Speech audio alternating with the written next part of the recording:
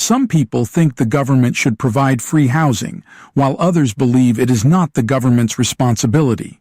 Discuss both views and give your opinion. The question of whether the government should provide free housing is a contentious issue. Some argue that it is the government's duty to ensure every citizen has access to adequate housing, while others contend that individuals should take the lead in securing their own shelter. This essay will discuss both views but ultimately argue in favor of the government playing a central role in providing free housing to address societal disparities. Those advocating for government-provided housing assert that shelter is a fundamental human right. They argue that the government, as the guardian of public welfare, should ensure that every citizen has a secure and comfortable place to live. In developed countries, homelessness remains a pressing issue, and government intervention is seen as crucial to address this problem. For example, in countries like Sweden and the Netherlands, government-funded social housing initiatives have successfully reduced homelessness rates. Opponents of government-provided housing contend that individuals should primarily be responsible for their own housing needs.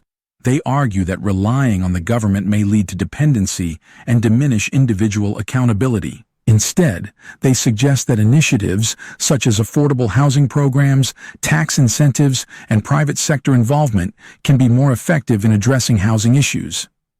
For instance, in the United States, there are various affordable housing programs and tax incentives aimed at assisting low-income individuals.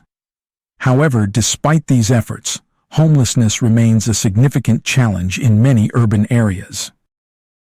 In my view, the government should indeed play a central role in providing free housing.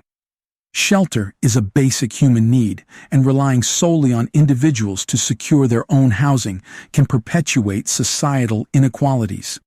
A government-led approach can ensure that even the most economically disadvantaged individuals have access to decent housing, contributing to a more equitable society. In conclusion, while there are arguments against government-provided housing, the pressing issue of homelessness and societal disparities necessitates a more active role for the government.